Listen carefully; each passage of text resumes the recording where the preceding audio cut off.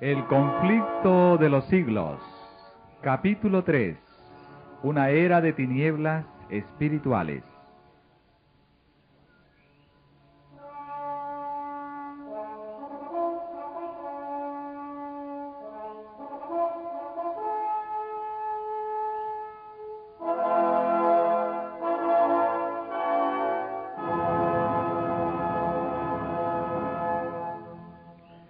El apóstol Pablo, en su segunda carta a los tesalonicenses, predijo la gran apostasía que había de resultar en el establecimiento del poder papal. Declaró, respecto al día de Cristo, ese día no puede venir sin que venga primero la apostasía y sea revelado el hombre de pecado, el hijo de perdición, el cual se opone a Dios y se ensalza sobre todo lo que se llama Dios, o que es objeto de culto. De modo que se siente en el templo de Dios, ostentando que Él es Dios. Y además, el apóstol advierte a sus hermanos que el misterio de iniquidad está ya obrando. Ya en aquella época veía él que se introducían en la iglesia errores que prepararían el camino para el desarrollo del papado.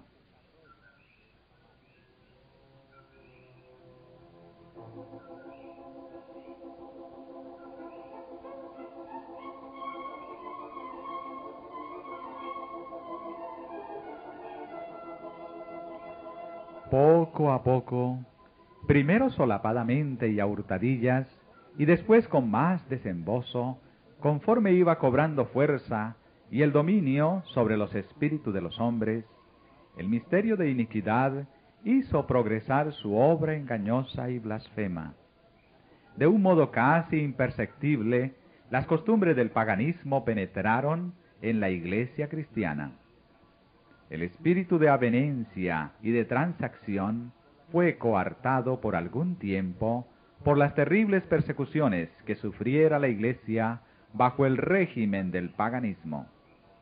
Mas habiendo cesado la persecución y habiendo penetrado el cristianismo en las cortes y palacios, la iglesia dejó a un lado la humilde sencillez de Cristo y de sus apóstoles por la pompa y el orgullo de los sacerdotes y gobernantes paganos, y sustituyó los requerimientos de Dios por las teorías y tradiciones de los hombres. La conversión nominal de Constantino a principios del siglo IV causó gran regocijo, y el mundo, disfrazado con capa de rectitud, se introdujo en la iglesia. Desde entonces, la obra de corrupción progresó rápidamente. El paganismo, que parecía haber sido vencido, vino a ser el vencedor. Su espíritu dominó a la iglesia. Sus doctrinas, ceremonias y supersticiones se incorporaron a la fe y al culto de los que profesaban ser discípulos de Cristo.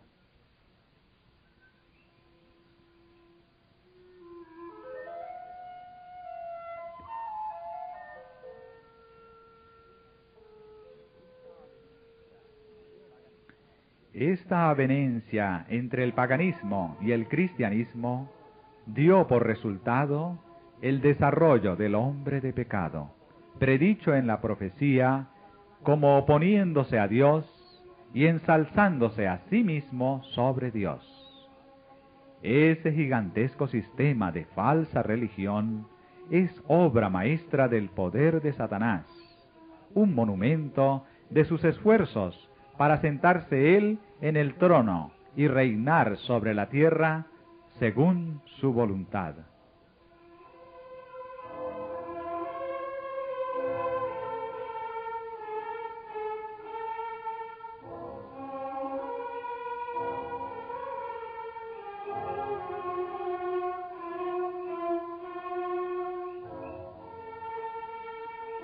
Satanás se había esforzado una vez por hacer transigir a Cristo. vino a donde estaba el Hijo de Dios en el desierto para tentarle, y mostrándole todos los reinos del mundo y su gloria, ofreció entregárselo todo con tal que reconociera la supremacía del príncipe de las tinieblas. Cristo reprendió al presuntuoso tentador y le obligó a marcharse. Pero al presentar las mismas tentaciones a los hombres, Satanás obtiene más éxito. A fin de asegurarse honores y ganancias mundanas, la Iglesia fue inducida a buscar el favor y el apoyo de los grandes de la tierra. Y habiendo rechazado de esa manera a Cristo, tuvo que someterse al representante de Satanás, el obispo de Roma.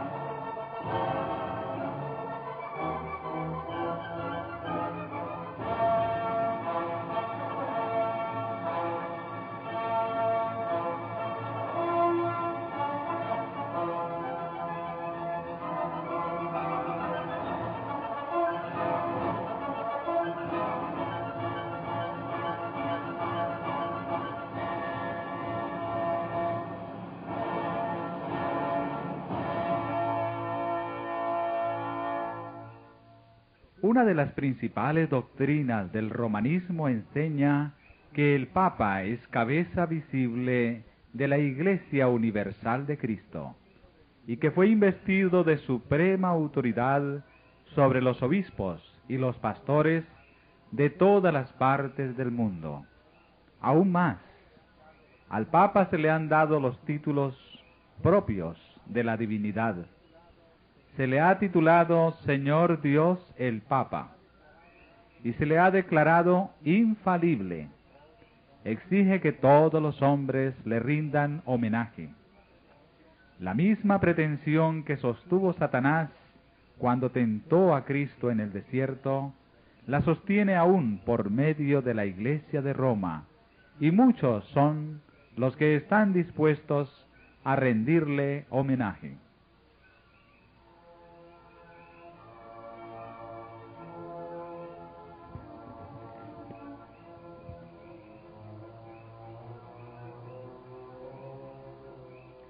Empero, los que temen y reverencian a Dios resisten esa pretensión que es un desafío al cielo, como resistió Cristo las instancias del astuto enemigo. Al Señor tu Dios adorarás, y a Él solo servirás. Dios no ha hecho alusión alguna en su palabra a que Él haya elegido a un hombre para que sea la cabeza de la Iglesia. La doctrina de la supremacía papal se opone abiertamente a las enseñanzas de las Santas Escrituras. Solo por usurpación puede el Papa ejercer autoridad sobre la Iglesia de Cristo.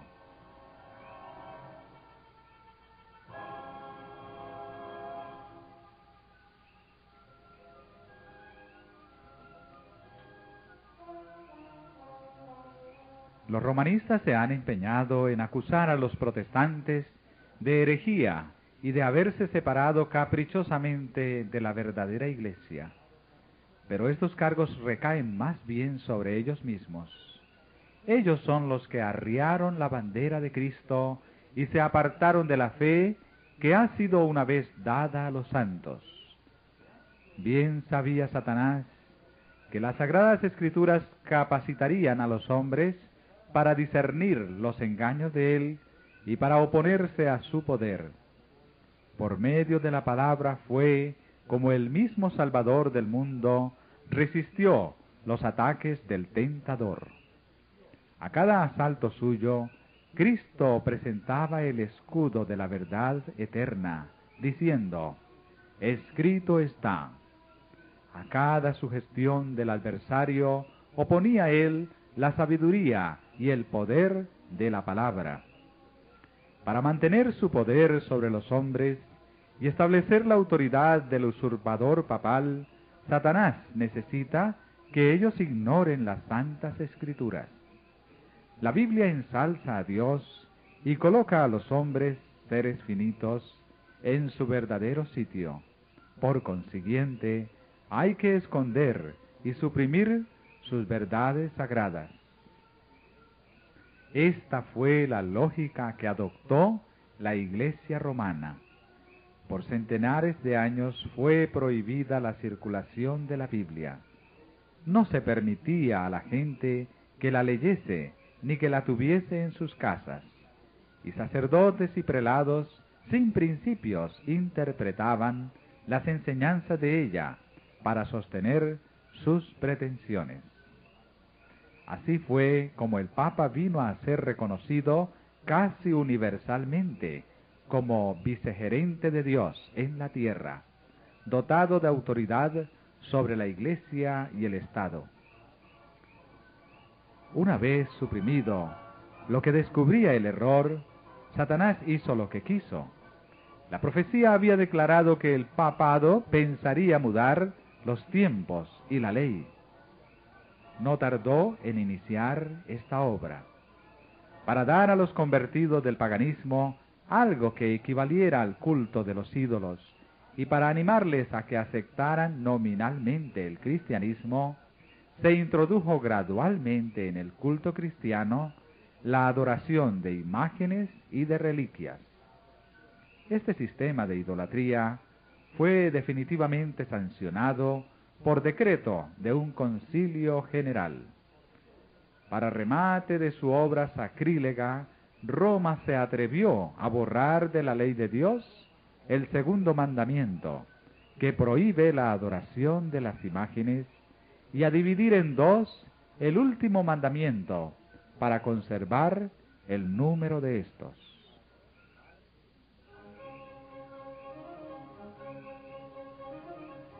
El espíritu de concesión al paganismo fomentó aún más el desprecio de la autoridad del cielo.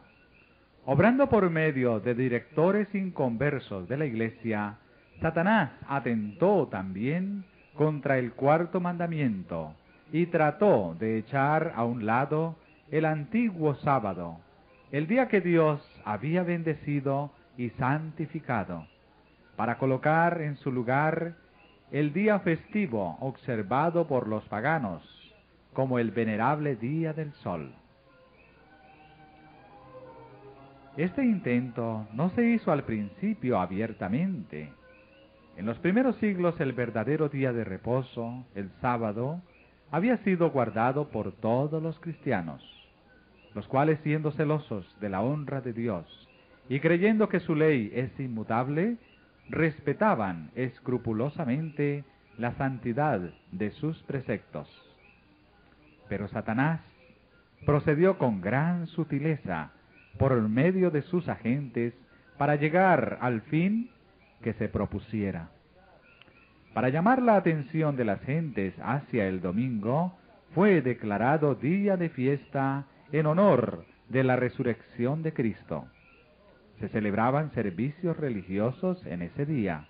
No obstante, se lo consideraba como día de recreo y seguía guardándose piadosamente el sábado.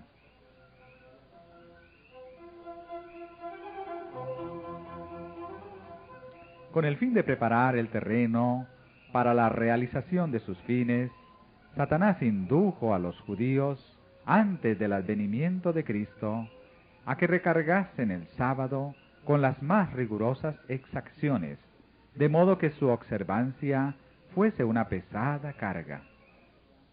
Aprovechándose luego de la falsa luz bajo la cual lo había hecho considerar, hízolo despreciar como institución judaica. Mientras que los cristianos seguían observando generalmente el domingo como día de fiesta alegre, el diablo los indujo a hacer del sábado un día de ayuno, de tristeza y de abatimiento, para hacer patente su odio al judaísmo.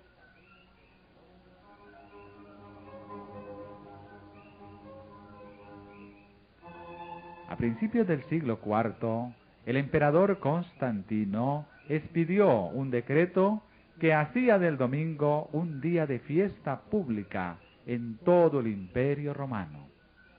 El Día del Sol fue reverenciado por sus súbditos paganos y honrado por los cristianos, pues era política del emperador conciliar los intereses del paganismo y del cristianismo que se hallaban en pugna. Los obispos de la Iglesia, inspirados por su ambición y su sed de dominio, le hicieron obrar así, pues comprendieron que si el mismo día era observado por cristianos y paganos, estos llegarían a aceptar nominalmente el cristianismo, y ello redundaría en beneficio del poder y de la gloria de la Iglesia.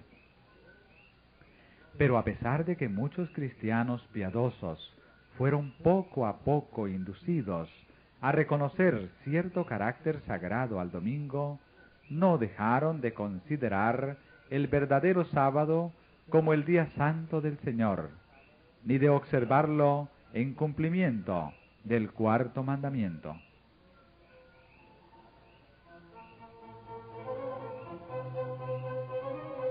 Pero no paró aquí la obra del jefe engañador.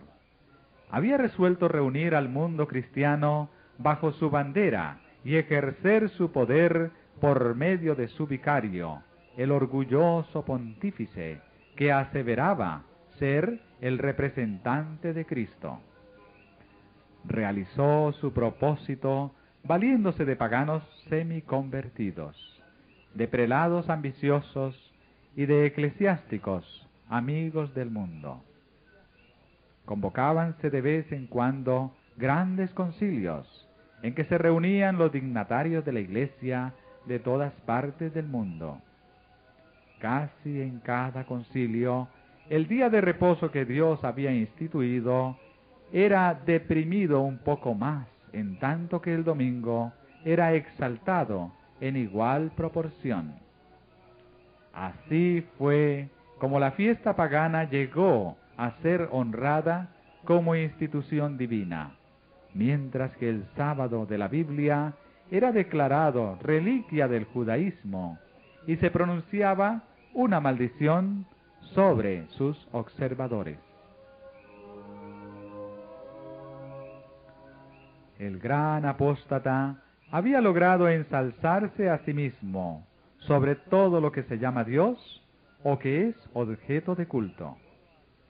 Se había atrevido a alterar el único precepto de la ley divina que señala de un modo infalible a toda la humanidad al Dios viviente y verdadero. En el cuarto mandamiento Dios es dado a conocer como el creador de los cielos y de la tierra, y distinto por lo tanto de todos los dioses falsos. Como monumento conmemorativo de la obra de la creación, fue santificado el día séptimo como día de descanso para el hombre. Estaba destinado a recordar siempre a los hombres que el Dios viviente es fuente de toda existencia y objeto de reverencia y adoración. Satanás se esfuerza por disuadir a los hombres de que se sometan a Dios y obedezcan a su ley, y por lo tanto dirige sus golpes especialmente contra el mandamiento que presenta a Dios como el Creador.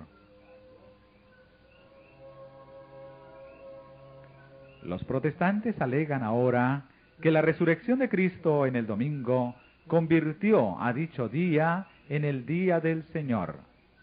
Pero las Santas Escrituras en nada confirman este modo de ver. Ni Cristo ni sus apóstoles confirieron semejante honor a ese día. La observancia del domingo como institución cristiana tuvo su origen en aquel misterio de iniquidad, que ya había iniciado su obra en los días de San Pablo. ¿Dónde y cuándo adoptó el Señor a este hijo del papado? ¿Qué razón válida puede darse en favor de un cambio que las Santas Escrituras no sancionan?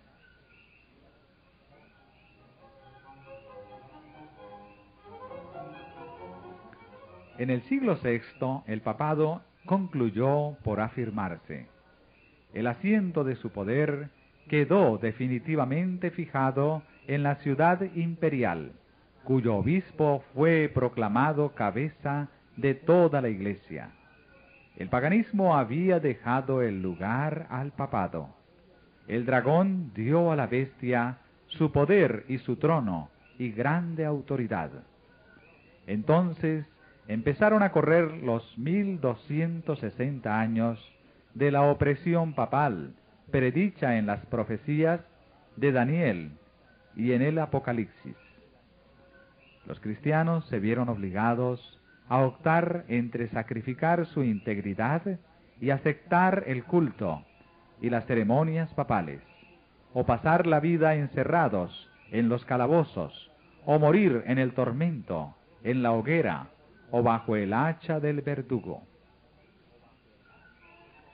Entonces se cumplieron las palabras de Jesús: seréis entregados aún de vuestros padres y hermanos y parientes y amigos, y matarán a algunos de vosotros, y seréis aborrecidos de todos por causa de mi nombre. La persecución se desencadenó sobre los fieles con furia jamás conocida hasta entonces, y el mundo vino a ser un vasto campo de batalla.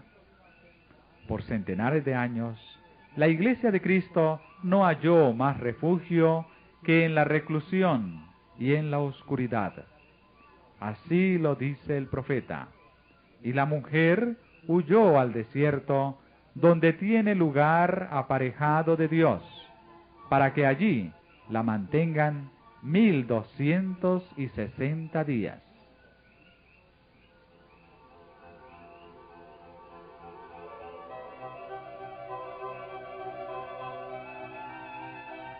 El advenimiento de la Iglesia romana al poder marcó el principio de la Edad Media. A medida que crecía su poder, las tinieblas se hacían más densas. La fe pasó de Cristo, el verdadero fundamento, al Papa de Roma. En vez de confiar en el Hijo de Dios para obtener el perdón de sus pecados y la salvación eterna, el pueblo recurría al Papa y a los sacerdotes y prelados a quienes él invistiera de autoridad. Se le enseñó que el Papa era su mediador terrenal y que nadie podía acercarse a Dios sino por medio de él. Y andando el tiempo, se le enseñó también que para los fieles el Papa ocupaba el lugar de Dios y que por lo tanto debían obedecerle implícitamente.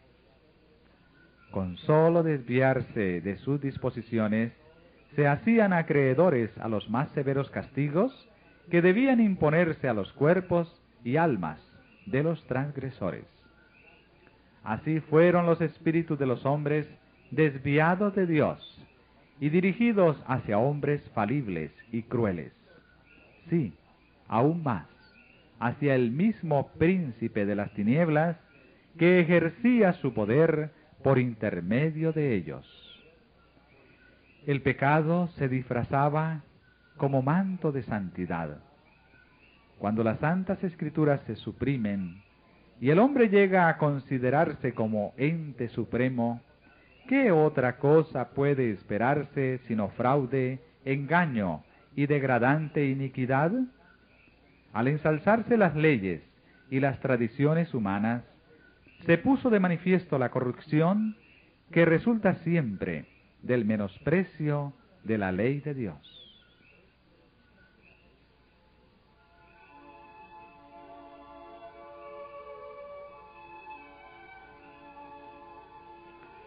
Días azarosos fueron aquellos para la Iglesia de Cristo. Pocos, en verdad, eran los sostenedores de la fe. Aun cuando la verdad no quedó sin testigos, a veces parecía que el error y la superstición concluirían por prevalecer completamente y que la verdadera religión iba a ser desarraigada de la tierra. El Evangelio se perdía de vista, mientras que las formas de religión se multiplicaban y la gente se veía abrumada bajo el peso de exacciones rigurosas.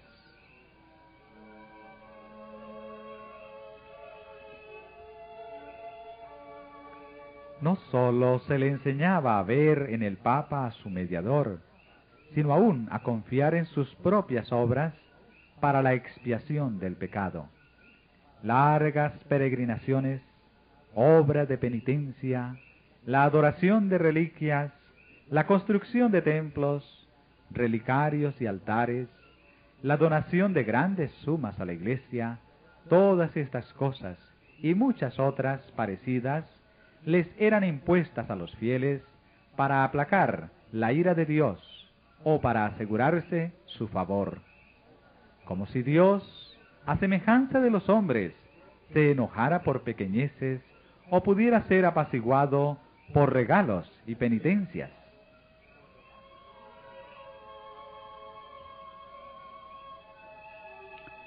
Por más que los vicios prevalecieran aún entre los jefes de la Iglesia romana, la influencia de ésta parecía ir siempre en aumento.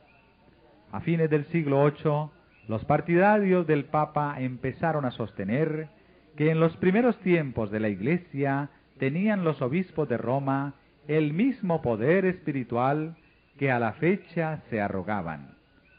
Para dar a su acerto visos de autoridad, había que valerse de algunos medios que pronto fueron sugeridos por el padre de la mentira.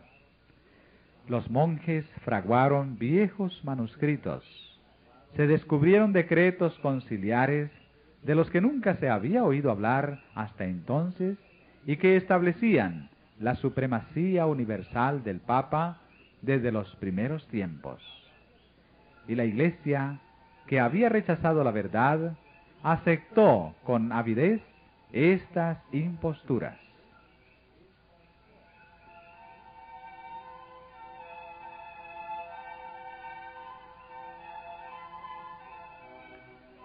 Los pocos fieles que edificaban sobre el cimiento verdadero estaban perplejos y trabados, pues los escombros de las falsas doctrinas entorpecían el trabajo. Como los constructores de los muros de Jerusalén en tiempo de Nehemías, algunos estaban por exclamar: las fuerzas de los acarreadores se han enflaquecido, y el escombro es mucho, y no podemos edificar el muro. Debilitados por el constante esfuerzo que hacían contra la persecución, el engaño, la iniquidad y todos los demás obstáculos que Satanás inventara para detener su avance, algunos de los que habían sido fieles edificadores llegaron a desanimarse, y por amor a la paz y la seguridad de sus propiedades y de sus vidas, se apartaron del fundamento verdadero. Otros, sin dejarse desalentar por la oposición de sus enemigos, declararon sin temor: no temáis delante de ellos, acordaos del Señor grande y terrible. Y cada uno de los que trabajaban tenían la espada ceñida.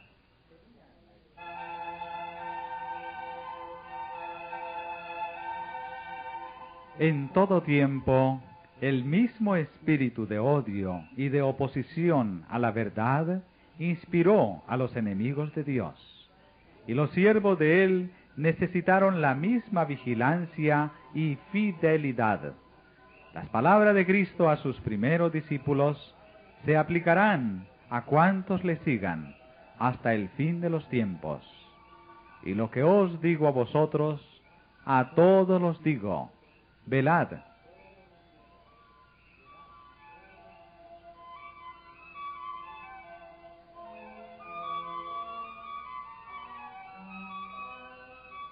Las tinieblas parecían hacerse más densas.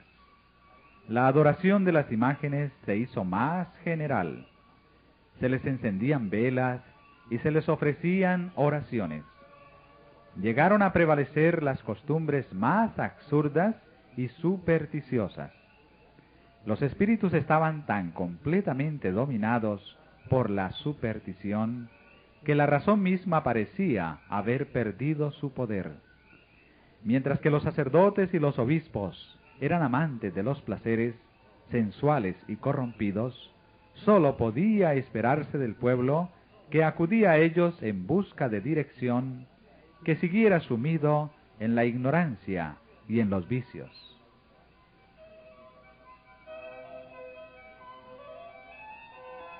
Las pretensiones papales dieron otro paso más cuando en el siglo XI el Papa Gregorio VII proclamó la perfección de la Iglesia romana. Entre las proposiciones que él expuso, había una que declaraba que la Iglesia no había errado nunca, ni podía errar, según las Santas Escrituras. Pero las pruebas de la Escritura faltaban para apoyar el aserto. El altivo pontífice reclamaba además para sí el derecho de deponer emperadores y declaraba que ninguna sentencia pronunciada por él podía ser revocada por hombre alguno, pero que él tenía la prerrogativa de revocar las decisiones de todos los demás.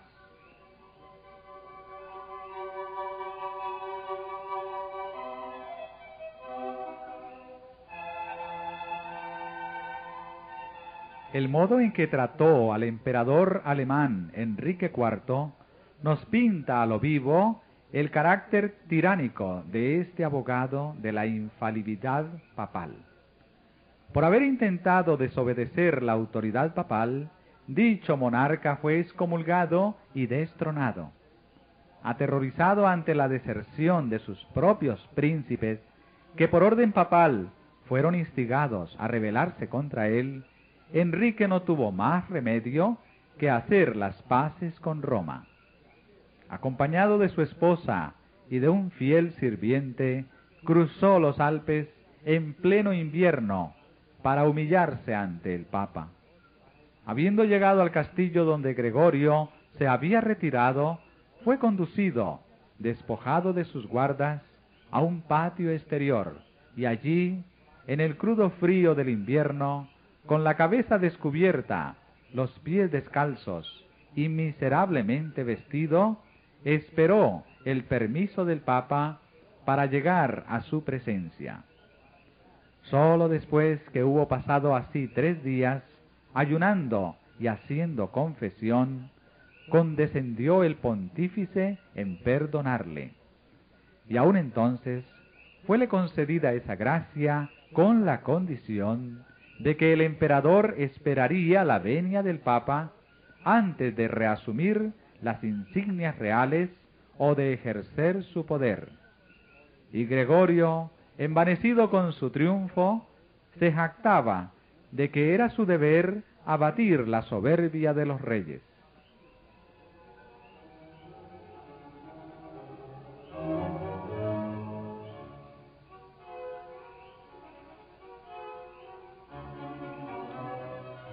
Cuán notable contraste hay entre el despótico orgullo de tan altivo pontífice y la mansedumbre y humildad de Cristo, quien se presenta a sí mismo como llamando a la puerta del corazón para ser admitido en él y traer perdón y paz, y enseñó a sus discípulos: el que quisiere entre vosotros ser el primero, será vuestro siervo.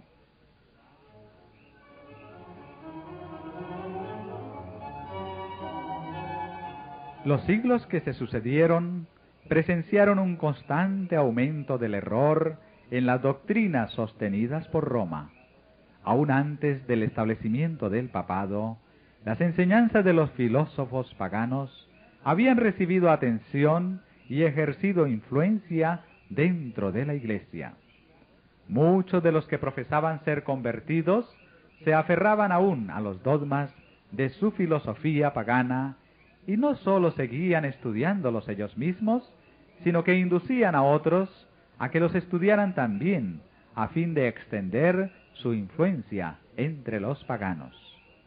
Así, se introdujeron graves errores en la fe cristiana. Uno de los principales fue la creencia en la inmortalidad natural del hombre y en su estado consciente después de la muerte. Esta doctrina fue la base sobre la cual Roma estableció la invocación de los santos y la adoración de la Virgen María. De la misma doctrina se derivó también la herejía del tormento eterno para los que mueren impenitentes, que muy pronto figuró en el credo papal.